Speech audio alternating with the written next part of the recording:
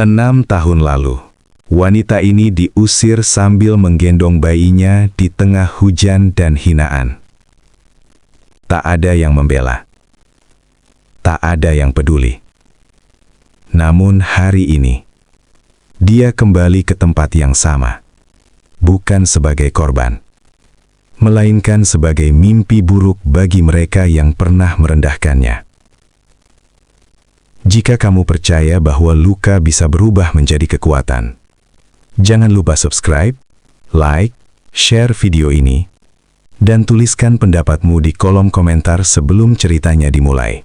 Lorong rumah sakit itu masih sama. Lampu putihnya terlalu terang, lantainya dingin, dan bau antiseptik menusuk hidung, seolah tak pernah berubah sejak 6 tahun lalu. Wanita itu melangkah perlahan, sepatu haknya memantulkan bunyi pelan yang menggema. 1, 2, 1, 2. Namun di balik langkah tenangnya hari ini, ada ingatan lama yang berteriak keras di kepalanya.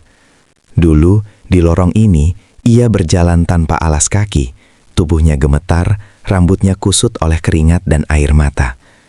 "Bu, tolong jangan usir saya baru melahirkan," katanya kala itu dengan suara hampir tak terdengar.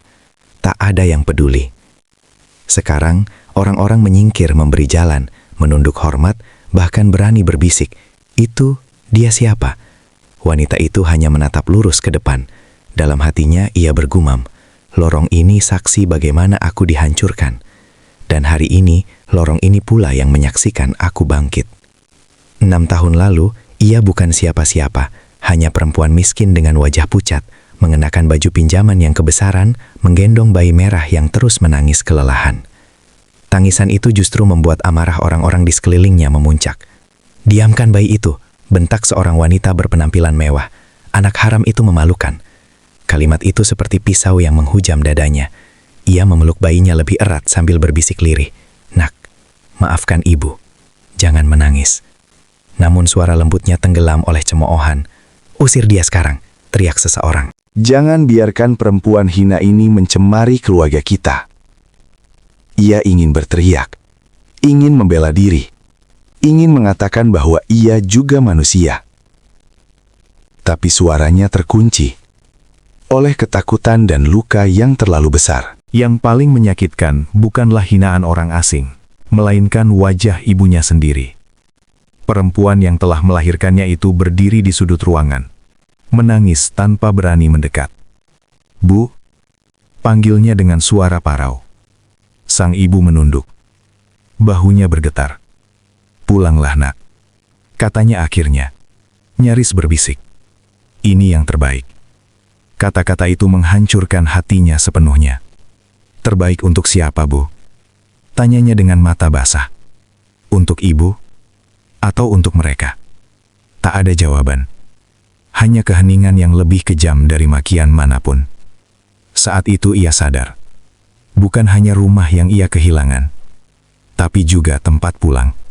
Dengan langkah gontai, ia berjalan pergi sambil memeluk bayinya, membawa luka yang tak akan pernah sembuh dengan mudah. Malam itu, hujan turun tanpa ampun. Ia duduk di halte bus yang sepi. Angin dingin menampar wajahnya. Bayinya meringkuk lemah di dadanya. Tangisnya pelan, seolah ikut merasakan kelelahan sang ibu. Air hujan bercampur air mata, membasahi pipinya.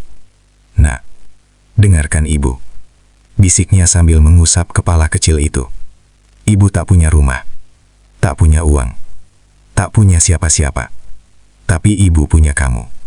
Suaranya pecah. Ia menengadah ke langit. "Ya Allah, jika ini ujianmu, beri aku kekuatan." Di saat itulah ia bersumpah dalam hati, bukan pada manusia, tapi pada dirinya sendiri, bahwa ia tidak akan mati sebagai korban, bahwa anak dipelukannya tidak akan tumbuh dengan hinaan yang sama. Hari-hari berikutnya adalah perjuangan tanpa jeda. Ia bekerja membersihkan restoran siang hari, mencuci pakaian orang malam hari, tidur hanya beberapa jam di lantai sempit yang lembab. Seringkali ia menahan lapar hanya minum air putih agar bisa membeli susu untuk bayinya. Pernah suatu malam, tubuhnya ambruk ke lantai karena kelelahan. Bayinya menangis keras. Ia bangkit dengan sisa tenaga, menggendongnya sambil menangis. Ibu minta maaf, ibu akan kuat, ibu janji. Di setiap luka, ia menanam tekad. Di setiap hinaan, ia menyimpan kekuatan. Tanpa ia sadari, di balik penderitaan itu, sedang lahir seorang wanita yang suatu hari akan membuat dunia terdiam, bukan karena dendam, tetapi karena keteguhan hatinya. Waktu berjalan pelan, seakan sengaja menguji seberapa lama ia mampu bertahan. Setiap pagi ia bangun sebelum matahari terbit, menyiapkan susu dengan tangan gemetar karena kurang tidur. "Maaf ya nak, susunya sedikit," bisiknya sambil tersenyum paksa. Bayinya menatapnya dengan mata bulat polos, lalu tersenyum kecil. Senyum itu menusuk hatinya, bukan karena bahagia, tapi karena ia merasa belum layak menerimanya. Ibu akan cari cara, apapun caranya, janjinya lirih. Di luar sana dunia terasa kejam, tapi di dalam dadanya perlahan tumbuh sesuatu yang lebih keras dari keputusasaan. Tekad seorang ibu yang tak ingin anaknya mewarisi luka yang sama. Suatu hari, di sela-sela pekerjaannya, ia mendengar dua orang berbincang sambil tertawa. "Perempuan miskin itu pasti sudah menyerah," kata salah satu dari mereka tanpa sadar ia mendengar. Jantungnya berdegup keras. Ia menunduk, tapi bukan karena malu, melainkan karena menahan amarah. "Tidak, aku tidak akan menyerah," batinnya. Malam itu, setelah menidurkan anaknya, ia membuka buku-buku bekas yang ia beli murah. "Ibu belajar dulu ya nak," ucapnya sambil mengelus pipi kecil itu. Dengan mata lelah, ia membaca, mencatat dan belajar, meski berkali-kali tertidur di atas kertas.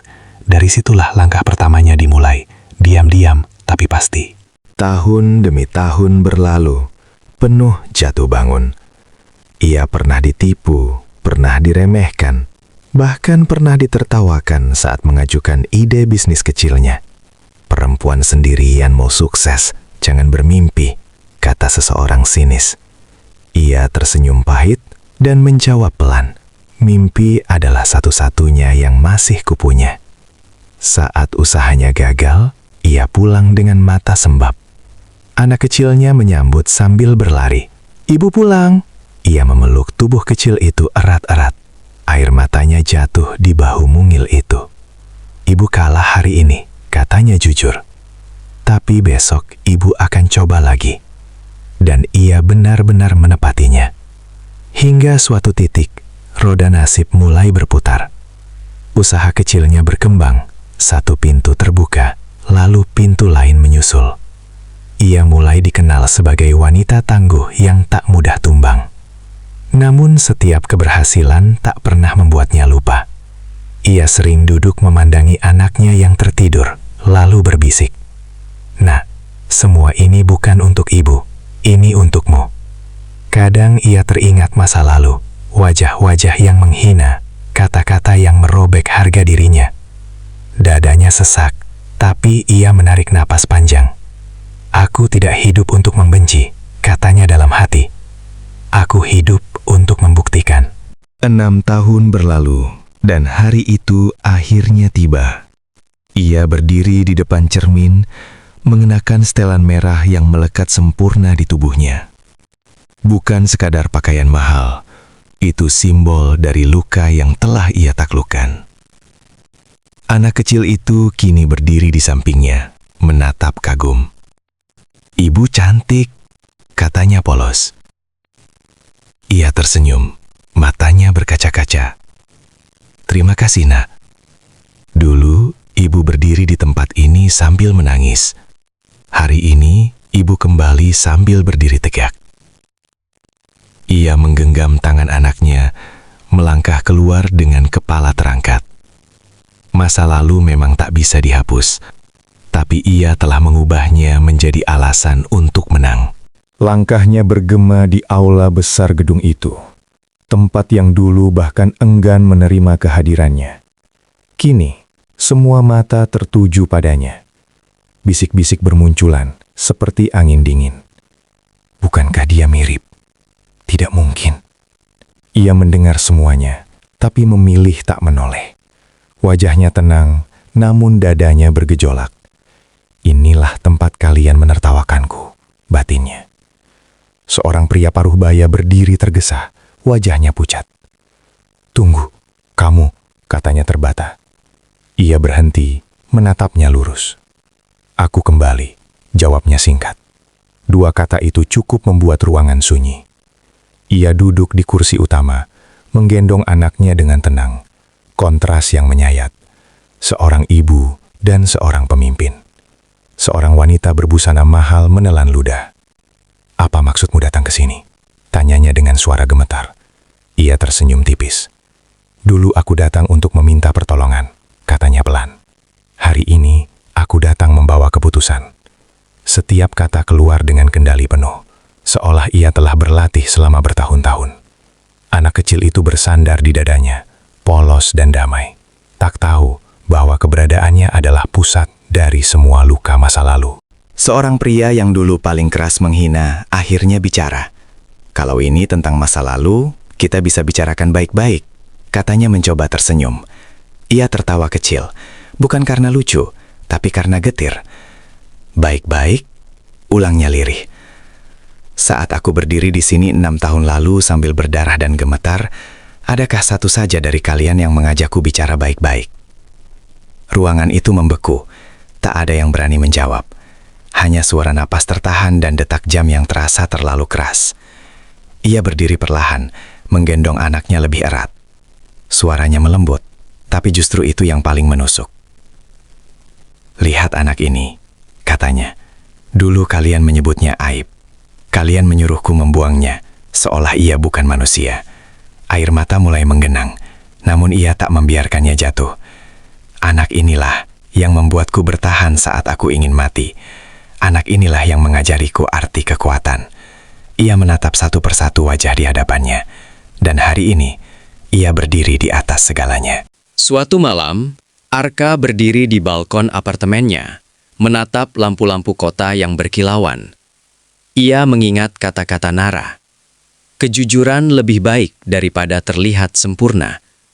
Dadanya bergetar. Jika aku tak pernah membuka hati, aku tak akan pernah terluka, katanya lirih. Tapi, aku juga tak akan pernah hidup. Untuk pertama kalinya, Arka mengakui ketakutannya sendiri. Bahwa yang paling ia takutkan, bukan pengkhianatan, melainkan kehilangan seseorang yang tulus, setelah ia mengenal arti peduli. Dan di malam sunyi itu, ia membuat keputusan yang akan mengubah segalanya. Di luar gedung itu, langkahnya terhenti sejenak. Udara terasa lebih ringan, seolah beban bertahun-tahun akhirnya dilepaskan. Ia menghela nafas panjang, matanya menatap langit biru yang dulu terasa begitu jauh. Anak kecil di pelukannya mengusap pipinya. "Ibu, kenapa matanya basah?" tanyanya polos. Ia tersenyum lembut, menahan air mata yang jatuh.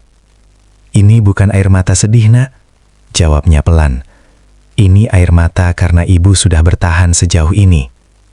Angin berembus pelan, membawa pergi sisa luka yang selama ini ia pendam. Di perjalanan pulang, ia teringat malam-malam sunyi yang pernah ia lewati sendirian. Saat ia berbicara pada Tuhan dalam diam, tanpa tahu apakah esok masih sanggup bertahan. "Ya Allah, jika Engkau tahu aku lemah, jangan biarkan aku menyerah." Doanya dulu. Kini, ia menatap anaknya di kursi belakang mobil.